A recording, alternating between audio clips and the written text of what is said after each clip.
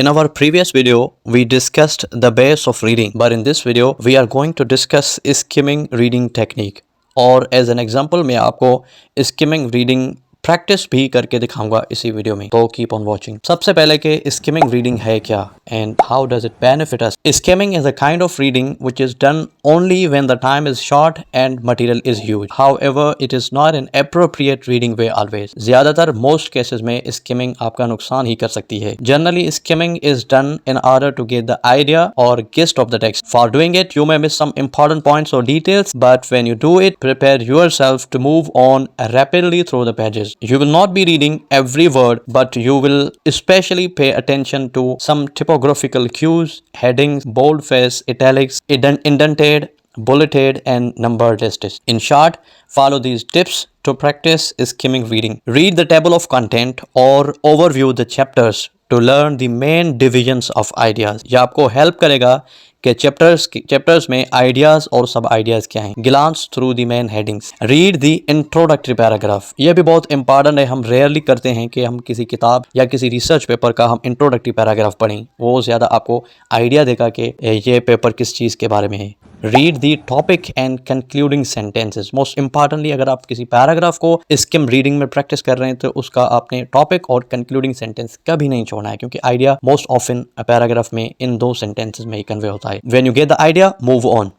मिल गया तो move on. ज़्यादा डिटेल्स में जाने की ज़रूरत नहीं है, वो किसी और type of kind of reading में आ जाता है। Read the summaries of all provided chapters. At the end of any paper और page you must be reviewing the summaries, the glossaries और charts or data which is provided to you. और अब हम practice करते हैं कि skimming reading को as an example एक एडिटोरियल उठाया है जिसका टाइटल है फ्रेश क्वेश्चंस।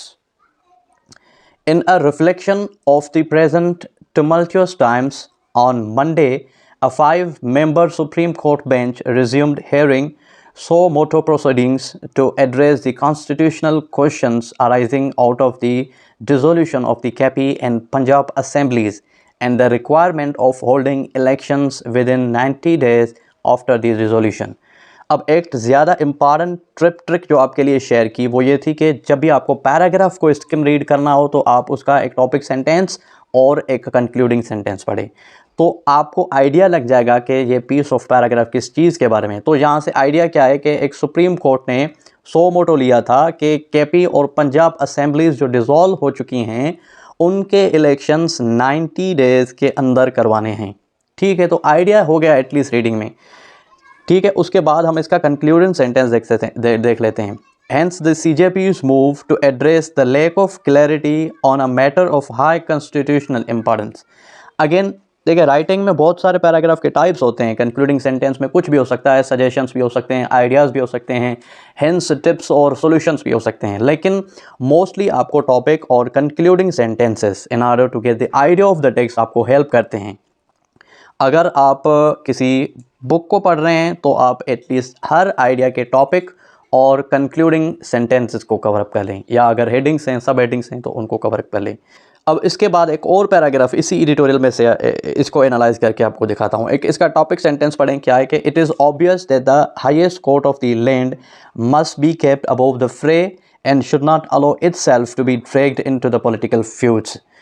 ठीक है, तो क्या कह रहे हैं कि इसका ये राइटर का अपना एक मेरे ख्याल में कि स्टाइल ऑफ राइटिंग होता है, हर राइटर का अपना होता है। तो ये यहाँ पे बता रहे हैं कि जो हाईएस्ट कोर्ट ऑफ दी किसी भी नेशन की हों उनको पर्टिकुलर पॉलिटिकल फ्यूड्स में, इश्यूज़ में, प्रॉब्लम्स में इंटरप्रिएट ना करना चाहिए और उनको अपनी साइड्स ना लेनी चाहिए। उनको सिर्फ कानून, लॉ और कॉन्स्टिट्यूशन की रखवाली करनी चाहिए।